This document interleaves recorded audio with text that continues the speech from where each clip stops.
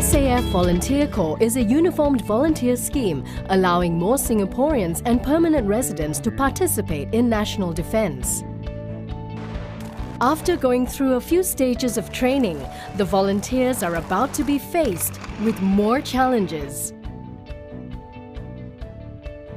The volunteers have now entered the final stage of their training on an island known to all Singaporeans that is dedicated to military training, Pulau Tekong. Here, many of the volunteers will face physical and mental challenges and emerge from these experiences stronger and more resilient.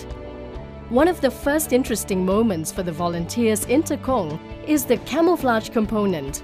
While it is a module to be taken very seriously, some of the volunteers find small pleasure in this exercise. These smiles will soon be wiped off the volunteers' faces. Shortly, they will be faced with the hardest test in their training journey. After setting up their sleeping arrangements for the night, the volunteers are expected to learn how to dig a shell scrape. Shell scrapes are dug by soldiers and they provide cover for them from enemy fire. Digging of shell scrapes is a long, arduous process and many will walk away exhausted. After digging the shell scrape, we're all very tired, but although we are tired and covered with sweat, but it was a good experience.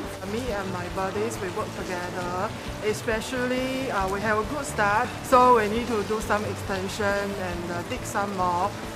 Me and my buddies really work very well. It's maybe in my life, this is only experience for an outfield trip.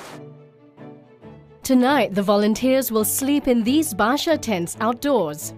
The full day of strenuous physical activity may be enough to knock them out. It's not every day that you can sleep in a basha tent and wake up outfield in the open. So you feel a bit uncertain because it's all dark and you're scrambling to find what you need for the day.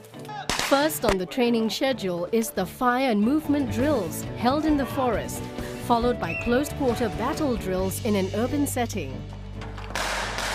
These will teach volunteers how to move in different formations, communicate using hand signals and techniques for attack. We get to learn more about each other, and then we get to push our own limits and know our own limits and just do everything together, which just makes everything much more easier.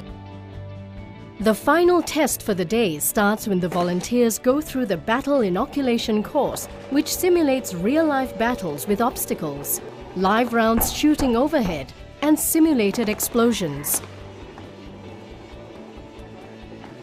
The objective is for volunteers to get close to the enemy targets and eventually overcome them. So far, the training performance has been very good, and also I feel that they have this kind of energy that always keep them going. Volunteers in a walk, back,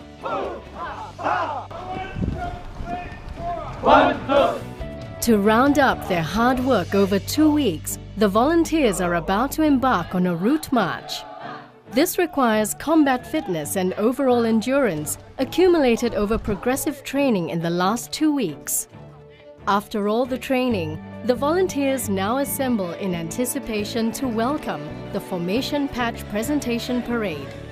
The parade marks the end of their basic training but signifies the start of their journey with the SAF Volunteer Corps.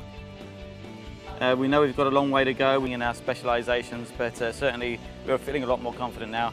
After these 2 weeks of basic training, I understand better what the guys are going through for 2 years.